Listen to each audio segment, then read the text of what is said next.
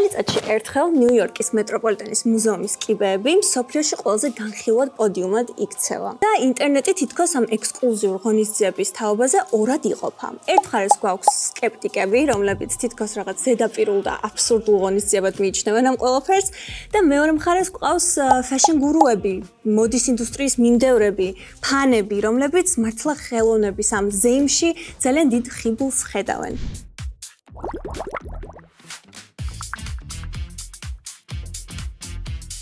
გოგოებო, თქვენ რომელ კატეგორიას მიეკუთვნებით? გადაწყვეტილად ალბათ არც ერთს, იმიტომ რომ თავი კითხვაც ეგ არის და პარადოქსიც ალბათ, რომ მე გალახო რეალურად ფულს აგროვებს ქველმოქმედებისთვის და ხელოვნებისთვის, მაგრამ საბოლოოდ ვის ხელშია ეს ხელოვნება, ეს არის მთელი ამბავი. დიდი კითხვის ნიშანი.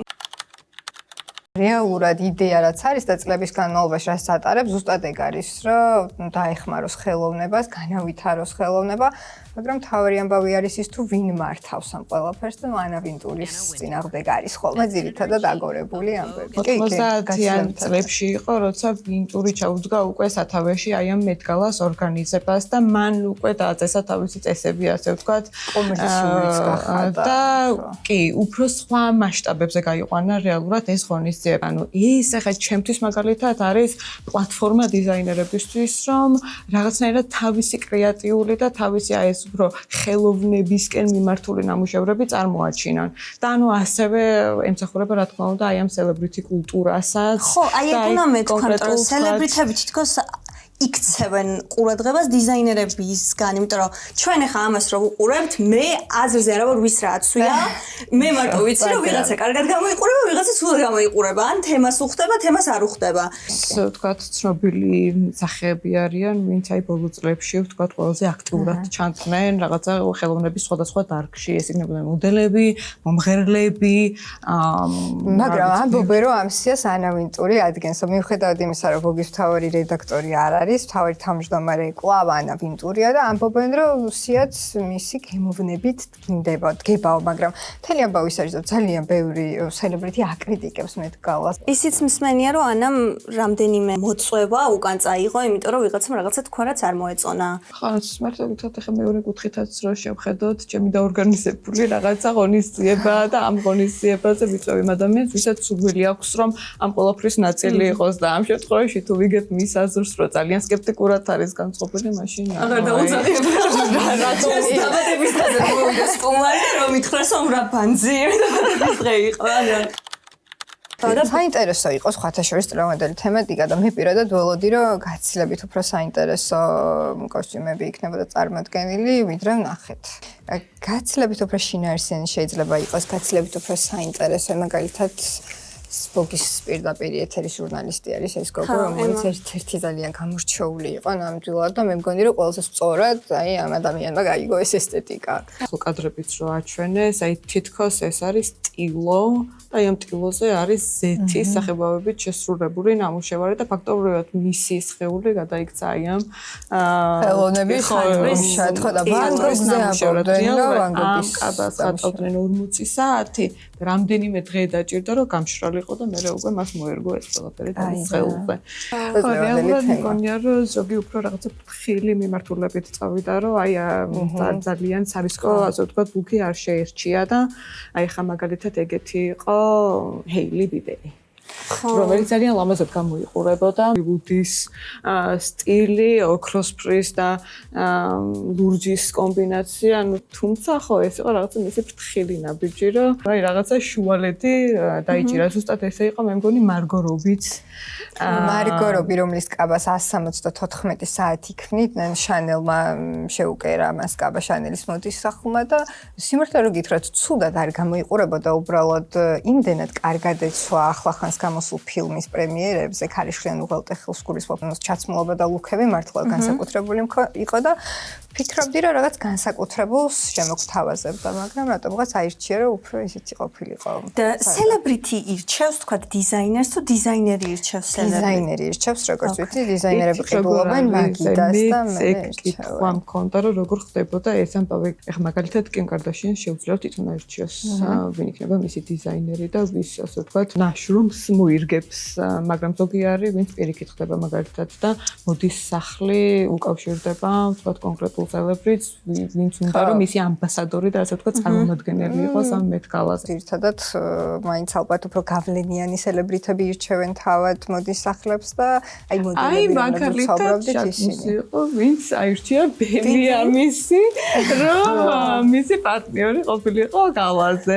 არ ვიცი, ანოკმა თვითონ აირჩია თუ არა მოდის სახლი, მაგრამ ბალენსიაგამ იმუშავა მასზე და მის კოსტიუმზე და საოცრად გამოიყურებოდა. ჩემი ფავორიტი ნამდვილად არის. ულამაზესი იყო მადონა განასახიერა, კაბაც ძალიან ლამაზი იყო, გადამეტებული ნამდვილად არ იყო და თან ანუ თემატიკას კარგად აღწერდა. ზუსტად აღწერდა და რაღაცა აი ცოცხალი სკულპტურასავით იყო წარმოდგენილი რეალურად და კენდალ ჯენერის სადა გვაქვს არ ვიცი. აი ხო, შიგნით არის გადაღებული ერთი სურათი, როცა ამ იმებს ფრთებს ხსნის. ულამაზესი კადრია. ეგ რატო არ გააკეთა იმაზე ხალიჩაზე არ მესმის, იმიტომ რომ ეგ იქნებოდა აი მართლა viral მომენტი და მაგას ვცდილობ ჩემი აზრით ეგ უნდა რომ ყველაზე მეტ ლაიქს, ყველაზე მეტ გაზიარებას, ყველაზე მეტ ყურადღებას რომელი სელებრიტი მიიზიდავს. რამდენიმე წლის წინ იყო რომ ერთ-ერთ მგონი კაილი იყო, რომ კაილის უკან იდგა ვიღაცა ბიჭი, რომელიც იყო ძალიან სიმპათიური და ის ბიჭი მოხვდა კადრში და ყველამ დაიწყო მაგ ბიჭზე წერო ვაიმე ეს ბიჭი რა სიმპათიური არა მაგარი ის არის. მეორე დღეს ანუ მეორე წელს აღარ დაბადი. შენ შენო ყურადღება წაართვიო კაილისო და მოდასო და რაღაცას და შენ კარგად იყავიო რა და გარი ალბათ მთელი შოუ რომელიც ითქმება ხოლმე და არა ის რაც გაწერილია წინას. ხო, ეს არის პერფორმანსი, რომელსაც თუ არ მიყვები, დაისჯები რა.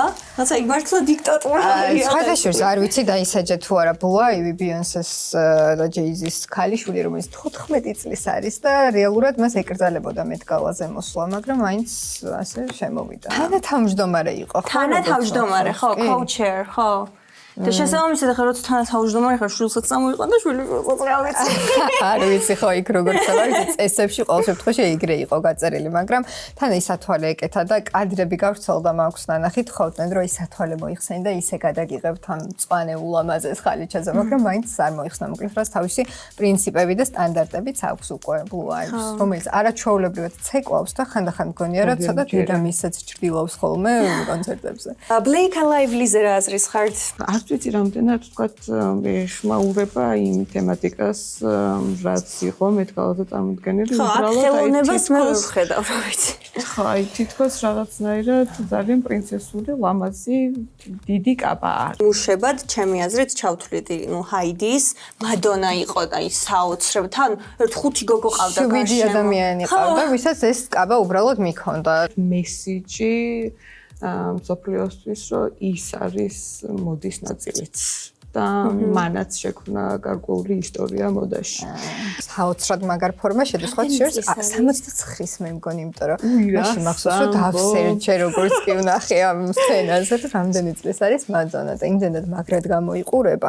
თან ახალი ალბომიც დაანონსა და ნახოთ რა შემოგთავაზებს. იანა და A$AP Rocky. ამათ თითქოს ხუბობენო და მაშინ დრამა იყო და რაღაცა და თითქოს აი გაუფასურდა ეგრევე მათი როლი ამ ღონისძიებაზე, ეგრევე Gossip Culture, ეგრევე TMZ. გადაესვა ხაზი ეგრევე მაგათ presence და ეგრევე გახდა რომ აბა რაზე იჩხუბეს რიანამ და მე მგონი რაზე ჩხუბობდნენ იცი ძალიან დააგვიანეს და ვოგმა ლაივი გამორთო და მარტო პაპარაცები ელოდებოდნენ და ლაში აღარ იყვნენ და შეიძლება მაგაზე ჩხუბობდნენ. კოსტიუმების და დეპარტამენტი რაც არის მეტროპოლიტენ მუზეუმში კოლაბორაციით ხდება და ის ეგზიბიშენი რაც არის, ეგ იყო დამოკიდებული სხეულების ზეიმზე, ანუ ეგ შიგნით რო შევიდნენ, რასაც ჩვენ ვეღარ ვხედავთ, ეგ იყო სხვადასხვა სხეულები იყო წარმოჩენილი, მაგიტოაც ვიათ, როგორც ვნახე, ყველას რაღაც სხეულის ესენი. ხანდა ბევრი იყო სხვა შორის მსგავსი წარმოდგენილი, Kendall Jenner, Kylie Jenner, Kim Kardashian-მაც გადაწყვეტა რომ მაგ მემართულებით წასულიყო და რაღაცა ის სკულპტურა, როგორც რაღაცა და სხეული როგორც ხელოვნების ნიმუში. ხანდახან მგონია რომ ცოტა ზედმეტია ის ყველაფერი რაც საკეთებია. სხეული გაიმეორო ზუსტად. ეგეც და ერთ-ერთ სელებრიტს როგორც მეორე ადამიანი ზემოდან ყავდა ეგეც რაღაცა. არ ვიცი რამდენად შეიძლება მოდა და ფეშენი ეწოდოს. ხო, ეგ არის ყოველთვის ეგ კითხვა ისმის, რომ ეს არის მოდის ზეიმი თუ არის ხელოვნების ეიმი, თუ გაიგივებულია ერთმანეთთან, თუ შერწყმა ხდება. რეალურად ეს უნდა იყოს იმისთვის, რომ ეს ყველაფერი იყოს შერწყმული. ან ერთ უკიდურესობაში, ან მეორე უკიდურესობაში, ან ზოგზე ამბობენ, რომ აი რატო იზარმაცა. ერთი იყო კიდე ის ბუშტები, ერთი იყო კიდე, სადაც პეპლები იყო, რომელიც პეპლები. აი, აქაც იყო პეპლები. ხო, ეს პეპლები მოძრაობდნენ. მექანიკური იყო. სადმალავენ მაგ ტექნოლოგიას. აქ მოდას მე ვერ ვხედავ. ეს არის რაღაც ტექნოლოგიური, ხელოვნური ნიმუში. და აქ მოდა უკვე არის, იმიტომ რომ მაქსი დრეს არის და რაღაცა ძალიან ლამაზად უფრო არტია. ხო, არტია. მე ძალიან ველოდებოდი წელს, რადგან ჩვენი დემოგვასალია გადავიდა უკვე გუჩის კრეატიული დირექტორად, მაინტერესებდა მისი ნამუშევრები თუ იქნებოდა წელს წარმოდგენილი და იყო ალექს კონსანი იყო, ვინც შავი კაბარო ეცვა, ხო? რაღაცა ჯინსის ასე ვთქვათ, ინსპირაციით შექმნილი ეს კაბა და უფრო ინტერნეტ მოდა, რაც უფრო ასე ვთქვათ, ახალია და თანამედროვეა ამ შემთხვევაში. თქვათ შორის როგორც ცნობილია, ანა ვინტურს ძალიან მოსწონს დემნა. ბიჭო, ვერ მომეწონა რა, ჩვენ დემნას დასაწუნი ერთი ვიცოდე. ბედბანი და ეს რატომ გაიბერა ამ კაცმა? გარდა ამისა იყო ის, რომ მისი კოსტიუმი იყო მისი დიზაინით შექმნილი და შექმნა ზარა. ხო, ზარასთან კოლაბორაციით, კი.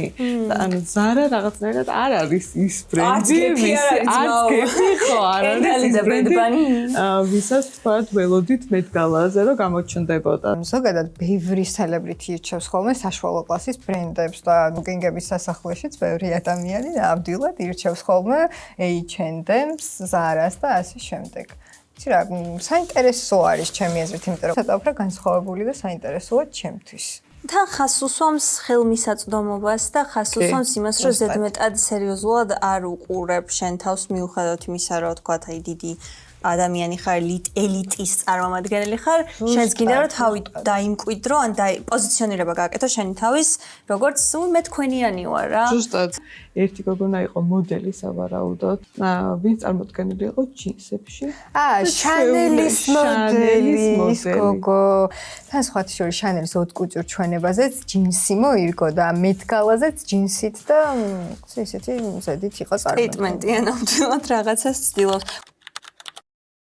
სტეიტმენტზე გამახსენდა სარა პოლსონს ქონდა $1 რო ქონდა აფარებული სახეზე.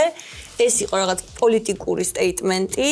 რამდენიმე წლის წინ იყო მსგავსი შემთხვევა, როცა ერთ-ერთ სელებრიტის ეცვა Tax the Rich ეწერა კაბაზე და ეგეც რაღაც რამდენად არის მეტგალა ამის ადგილი, აი ეგ მაინტერესებს. რატომაც არა, ხელოვნება რატო არ შეიძლება რომ იყოს მაგალითად პოლიტიკური განცხადებების ადგილი და პლატფორმა, რომ თქვათ ჩვენი პროტესტი დავაფიქსიროთ. პირიქით მე მგონია, რომ ანუ ეგ არის ერთ-ერთი ყველაზე კარგი, ასე ვთქვათ, ხელსაწყო და პლატფორმა, რომ გამოვხატოთ ჩვენი პროტესტი და მგონია, რომ კი.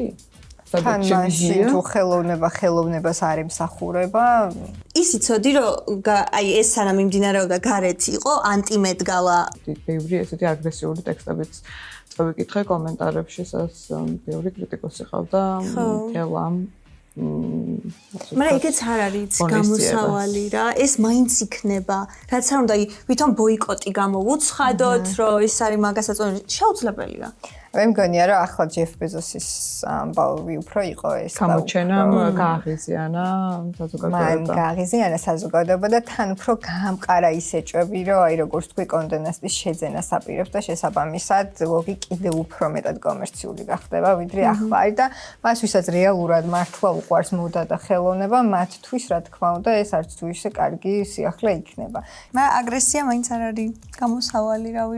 ყველაფერს აქვს თავისი პლატფორმა, თავისი ადგილი და თუ მეტგალა მართლა იმისთვის იმართება, რომ დაეხმაროს ხელოვანებს, მაშინ რატომაც არა. მადლობა გოგოებად, დღევანდელი დისკუსიისთვის, რაღაცა გავერთე. ვისაც არ აღმოგიჩენიათ ჯერ გოგოები TikTok-ზე, აუცილებლად description-ში იქნება მათი ლინკი. მოიწერეთ გოგოების არხი, გამოიწერეთ ჩემი არხი, დაგვიკომენტარეთ შემდეგ ეპიზოდში რასთან დაკავშირებით შეგვიძლია გამოვნახოთ სხვადასხვა სტუმრებთან საერთო ენა და რავი დროებით ძალიან დიდი მადლობა. მადლობა შენ. კარგად. ნახვამდის.